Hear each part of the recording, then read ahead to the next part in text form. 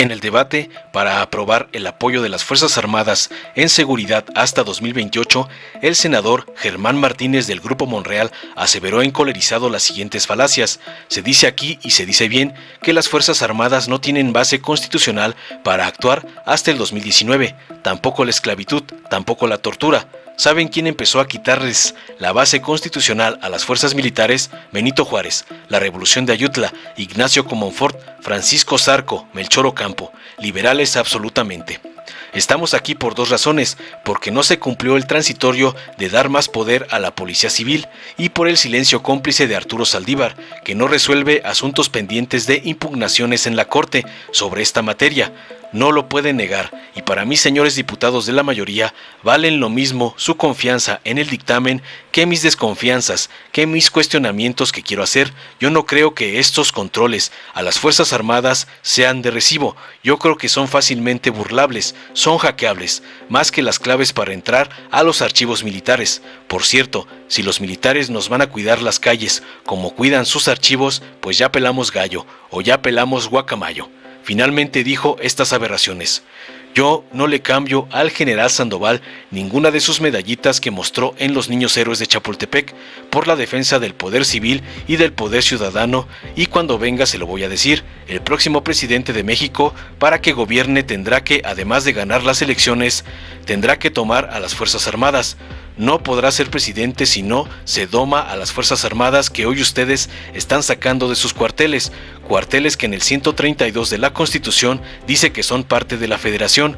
Lo que aquí se está construyendo es un estado de sitio light, es un toque de queda suave y viste más a López Obrador de Díaz Ordaz que de López Obrador. Sí, lo que aquí se está construyendo es por el bien de todos, primero los militares. Espetó. Ante esa sarta de falacias, el senador Israel Zamora del Verde le reviró al traidor a Morena y discípulo de Lili Téllez. Los hemos escuchado con mucha atención, los argumentos de los compañeros de la oposición, los cuales no comparto, porque creo que carecen de fundamento. Yo, haciendo un resumen, podría decir que muchos de los argumentos se dividen en prácticamente dos tipos, unos que son políticos y otros, muy pocos, prácticamente ninguno, jurídico.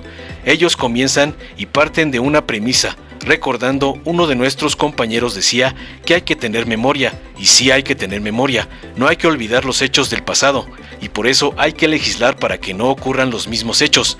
Mencionaba el caso de Demetrio Vallejo, de 1959, luego el caso de Rubén Jaramillo, en el 62, el 68, 2 de octubre, lo del halconazo, y luego los dos hechos que ocurrieron en 2014, de Tlatlaya y el de Iguala. Pero hubo quien se fue más lejos e incluso mencionó a Victoriano Huerta, pues es evidente que la realidad a la que ellos se refieren ya no es así. Precisamente en el 2018 comenzó un cambio en el país para que esos lamentables hechos no se volvieran a repetir. Además, ¿quién está defendiendo eso? Ninguno de nosotros en su sano juicio. Entonces, en resumen, argumentó el legislador de la 4T, pues no les asiste la razón. No estoy de acuerdo con los argumentos, no hay un solo argumento jurídico que nos permita avanzar, y por eso decimos que confiamos en esta comisión bicameral que se va a crear, en donde además, como ya se ha señalado, se va a poder citar a comparecer a los secretarios de Gobernación, a la secretaria de Seguridad y Protección Ciudadana, al secretario de la Defensa Nacional y también al secretario de la Marina. Además, se va a evaluar el cumplimiento de las condiciones que tome en consideración el Ejecutivo Federal para hacer uso extraordinario, ordenado, complementario, etcétera, de las Fuerzas Armadas, y va a ser precisamente esa comisión quien va a someter a los plenos de las dos cámaras. Eso es muy importante, pues es precisamente la representación popular la que va a determinar inclusive en qué entidades federativas ya no es necesaria la presencia del ejército. Por eso creemos que esta modificación, que fue enriquecida por algunos compañeros de la oposición, pues va a ser en beneficio de nuestro país, finalizó contundente. Veamos enseguida cómo el senador Israel Zamora de la 4T deja callado al traidor Germán Martínez. Gracias, presidente. Se dice aquí, y se dice bien, que las Fuerzas Armadas no tienen base constitucional para actuar hasta el 2019. Es absolutamente cierto, no tienen base, tampoco tiene base constitucional la esclavitud en este país, tampoco tiene base constitucional la tortura. ¿Saben quién empezó a quitarles la base constitucional a las fuerzas militares? Benito Juárez. la Revolución de Ayutla, Ignacio Comonfort, Francisco Zarco, Melchor Ocampo, liberales, absolutamente liberales. Estamos aquí por dos razones. Porque no se cumplió el transitorio de dar más poder a la Policía Civil y por el silencio cómplice de Arturo Saldívar, que no resuelve asuntos pendientes de impugnaciones en la Corte sobre esta materia. Estamos aquí por esas dos razones, no lo pueden negar. Y para mí, señoras y señores diputados de la mayoría, valen lo mismo su confianza en el dictamen que mis dos confianzas. Valen exactamente lo mismo, pesan exactamente lo mismo. Son absolutamente respetables su confianza en el dictamen que mis cuestionamientos que quiero hacer delante de ustedes. Yo no creo que esos controles a las Fuerzas Armadas sean de recibo. Yo creo que son fácilmente burlables esos controles, son fácilmente hackeables, más que las claves para entrar a los archivos militares. Por cierto, si los militares nos van a cuidar las calles en México como cuidan sus archivos, pues ya pelamos gallo, o ya pelamos guacamayo. Miren, la contradicción de tesis 293, diagonal 2011 de la Corte, admite que todos los criterios vinculantes de la Corte forman parte del parámetro de regularidad constitucional en el que se deben mover las Fuerzas Armadas. No son optativas, no son esas tesis, esas condenas al Estado mexicano, no son orientadoras.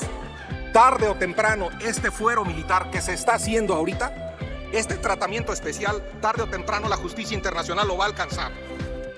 El caso Radilla Pacheco, el caso Valentina Rosado, el caso Inés Fernández Ortega, todos contra México, estos últimos dos a mujeres violadas indígenas en Guerrero, el caso Cabrera y Montiel, el caso Trueba y Arciga. Y nos vienen a vender aquí el caso Alvarado Espinosa como una concesión, si es una condena al Estado mexicano. Es la regularidad, el profesionalismo, la supervisión, en fin, de las Fuerzas Armadas. Ya condenaron a México con esos parámetros y México lo tiene que cumplir. Y en todos esos criterios de jurisprudencia internacional, lo excepcional, lo especial, la mínima acción militar, el cuidado al armamento letal, es los razonamientos. El extremo cuidado en combatir la criminalidad común, dice el caso Montero Aranguren contra Venezuela, conocido como el retén de Katia. Todo esto está, junto con los derechos humanos, por encima de las leyes e incluso por encima de nuestra Constitución. Son compromisos que México ya adquirió. Ustedes quieren un tratamiento especial para las Fuerzas Armadas. Y yo, y lo insisto y lo he insistido una y otra vez, que no se los dio Benito Juárez, que no se los dio la Revolución de Ayutla. Miren, querer que una comparecencia es una rendición de cuentas, pues si el secretario de la Defensa y el de la Guardia Nacional no vienen ni al grupo parlamentario de Morena, y sí van a un mitin a Coahuila. Al señor general indiciado por Ayotzinapa le hicieron una entrevista de televisión en la cárcel, de manera especial y extraordinaria. Esas son señales.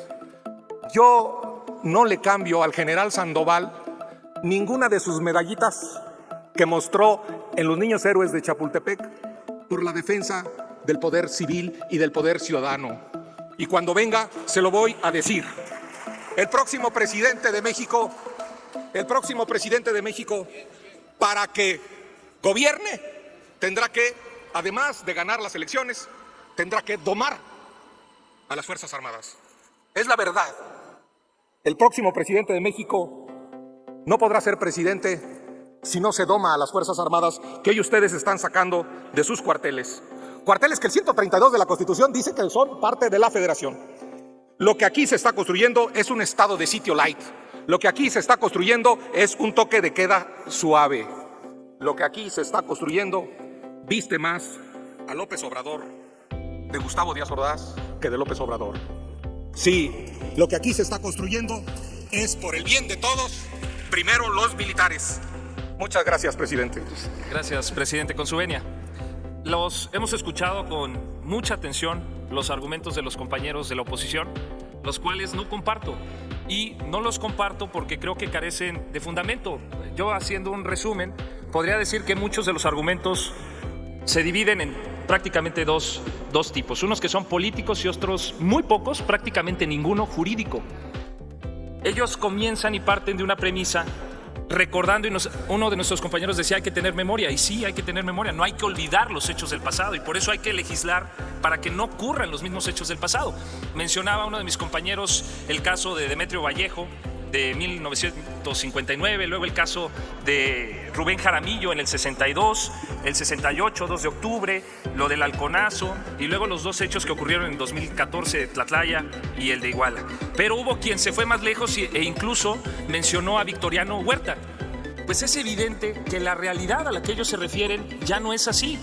Precisamente el 2018 comenzó un cambio en el país para que esos lamentables hechos no se volvieran a repetir. Además, ¿quién está defendiendo eso? Ninguno de nosotros, en su sano juicio, podría defender esos hechos que ocurrieron muy lamentables y adelantar a la opinión pública que esta reforma que nosotros estamos promoviendo y que vamos a votar a favor de ninguna manera representa una carta abierta al ejército para que pueda cometer violaciones a los derechos humanos o cometer delitos. Al contrario, al otorgarle mucha confianza, también le vamos a demandar mucha responsabilidad.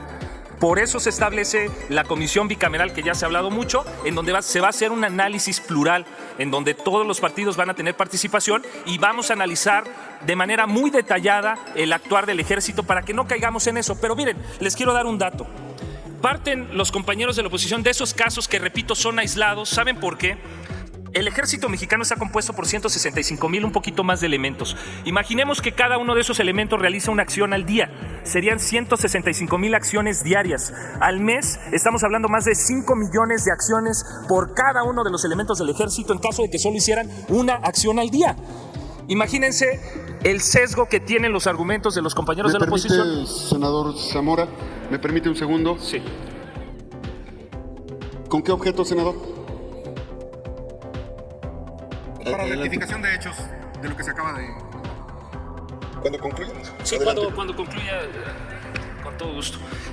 Entonces, hay un estudio que yo recomiendo a los compañeros de la oposición que se hizo por la Universidad de Stanford y que salió publicada en Stanford Law Review desde abril de 1999, que habla cómo a veces partir de casos muy, muy aislados y sobredimensionarlos a veces genera una percepción que provoca, por supuesto, un sesgo que nos lleva a armar un juicio totalmente equivocado.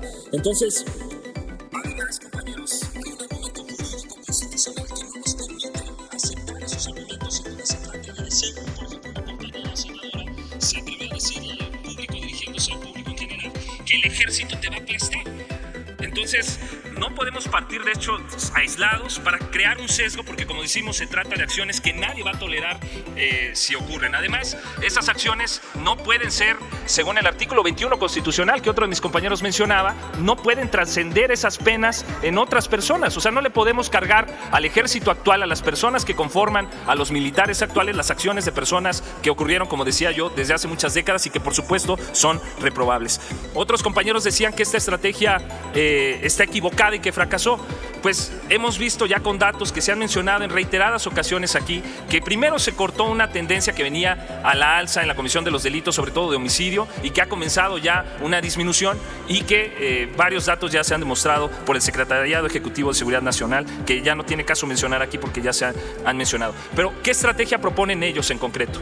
Los compañeros proponen entonces que saquemos al ejército en el 2024. Hace no mucho, un militar me comentaba, uno de los graves problemas que enfrentan los policías cuando andan en las calles, cuando un policía comienza a patrullar ciertas calles de Guanajuato o de otros estados que representan y que tienen grados de inseguridad todavía elevados, el problema es que el enemigo no es identificable. No saben, el enemigo no tiene un uniforme que le permita identificarse respecto de los civiles. Aún en esa cuestión de presión que enfrentan los policías municipales o estatales, imagínense cómo lo van a poder controlar si no tienen la capacitación necesaria. ¿Cuánto tarda?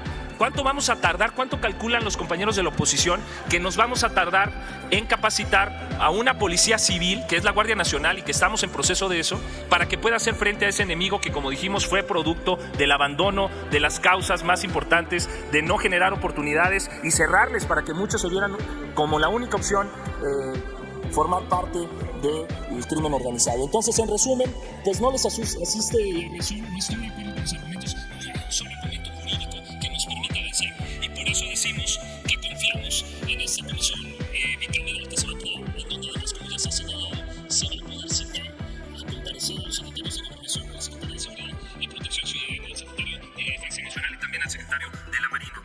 Además, se va a evaluar el cumplimiento de las condiciones que tome en consideración el Ejecutivo Federal para hacer uso extraordinario, como ya dijimos, ordenado, complementario, etcétera, de las Fuerzas Armadas, y va a ser precisamente esa comisión quien va a someter a los plenos de las dos cámaras. Eso es muy importante. Si atendemos la naturaleza jurídica de representación social, senador, por favor. Concluyo, presidente. Si atendemos a la naturaleza jurídica de las cámaras que constituyen el Congreso de la Unión, pues es precisamente la representación popular la que va a determinar inclusive en qué entidades federativas ya no es necesaria la presencia del Ejército. Por eso creemos que esta modificación, que fue enriquecida también por algunos compañeros de la oposición y a los que les reconocemos, puede ser y va a ser en beneficio de nuestro país. Es cuanto, presidente. Muchas gracias. Gracias, senador. Dale en me gusta, suscríbete, activa la campanita y compártelo para que más gente lo vea.